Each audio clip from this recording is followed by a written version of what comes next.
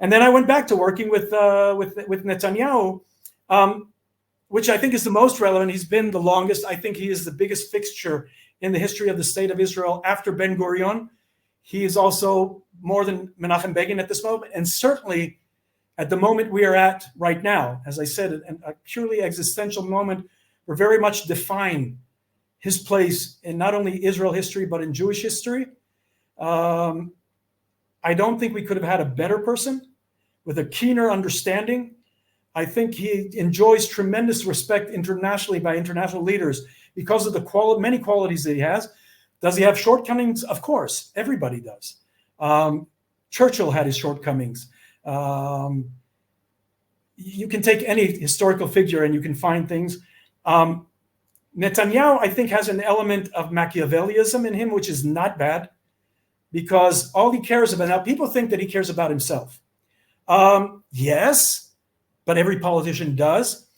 But he visions it very much in the sense that he knows he's the right person for the state of Israel and what is at stake at the moment and even before. He wanted to build an Israel which is dependent, not independent, which is independent and no longer dependent on, but that all the countries, Russia, China, India, the United States, Europe, all of them know, and the Arabs as well, that Israel is very important to them, that the existence of the state of Israel serves these countries as well, and not only the Jewish people.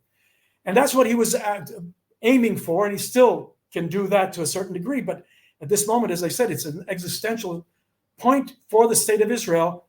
And maybe it's good that it's at the twilight of his career, regardless if it's another 3 years or 5 years, it's still the end of a very long career. So he doesn't have to do anything at this moment to preserve his position, but he has to do, because he will be judged upon what happens with the state of Israel. If we don't have a state of Israel in 5 years, 10 years, because of the mistakes made right now, he didn't failed in when you're talking about his personally looking in his own self-interest. So his self-interest right now is to make sure that Israel prevails and is tremendously successful. But what I mean by Machiavelli is that in this case, he doesn't get sidelined. Now, I know him back, like I said, 30, almost 40 years. I had my difficulties in government with being criticized and under pressure from the media. At one point, I turned to him for support and help that I got from Ariel Sharon a few years earlier, and Sharon didn't know me. Bibi, who I knew, and a lot of people said to me, oh, he should have been there for you. He should. No, he doesn't. He doesn't owe me a damn thing. He's the prime minister of Israel. And I'm actually glad that he didn't waste his time with me, because who the freak am I? Deal with your own problems.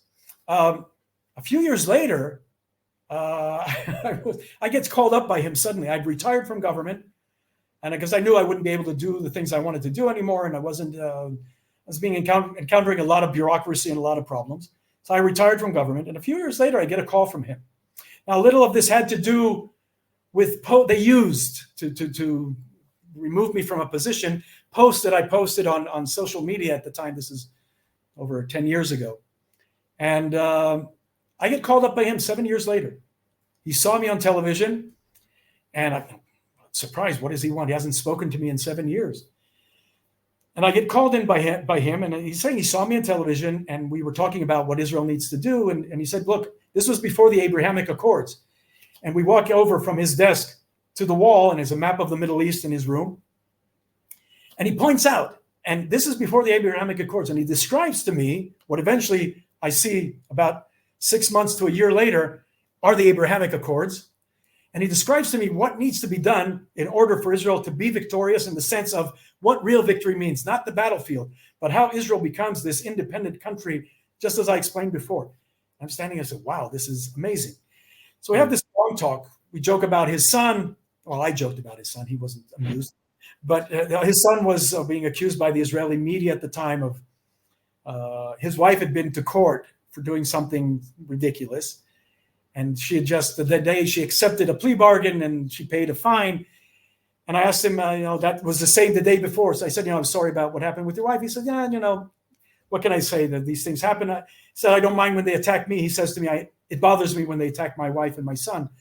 And I said, well, I'm sorry. And I said, by the way, your son, if we're talking about your son, and I see him get, what am I going to say? And I said, listen, your son is very critical about the media. There was a picture of him giving the finger to journalists. I said, if that was my son, or if that was me, and they were talking about my mother the way they're talking about his mother, I would not be criticizing the media. I would not be giving them the finger. I see him sort of, what are you going to say? So I'd be waiting outside their house with a baseball bat, and I'd be beating the shit out of those fuckers. I hope you can take this out. I say this to the prime minister. That's what I'd be doing. Your son is too nice. He cracks up laughing. He says, no. I tell my sons everything. I don't condone violence. And we laughed about that. And then he says to me, look, I need a spokesman. Something out of the blue. And he says to me, you don't have any more posts like you had before. I said to him, you're familiar with those posts of mine? Oh, he said, oh, yeah. And he said, you were right. You were actually right. I wrote something about Japan at the time, that they were commemorating Hiroshima and Nagasaki. And I said, look, I understand, but shouldn't we be commemorating, Hiroshima and Nagasaki were a consequence of Japanese imperial violence and the death of 50 million Chinese, Koreans, Vietnamese, Thai, Filipino, Americans. That's who we should be commemorating. And this turned into a big political issue and a diplomatic issue that people made a whole big issue out of. And that's why I was helping for the prime minister's support at the time. But when he said that, I sort of laughed. And he said, you don't have no more posts. I said, no.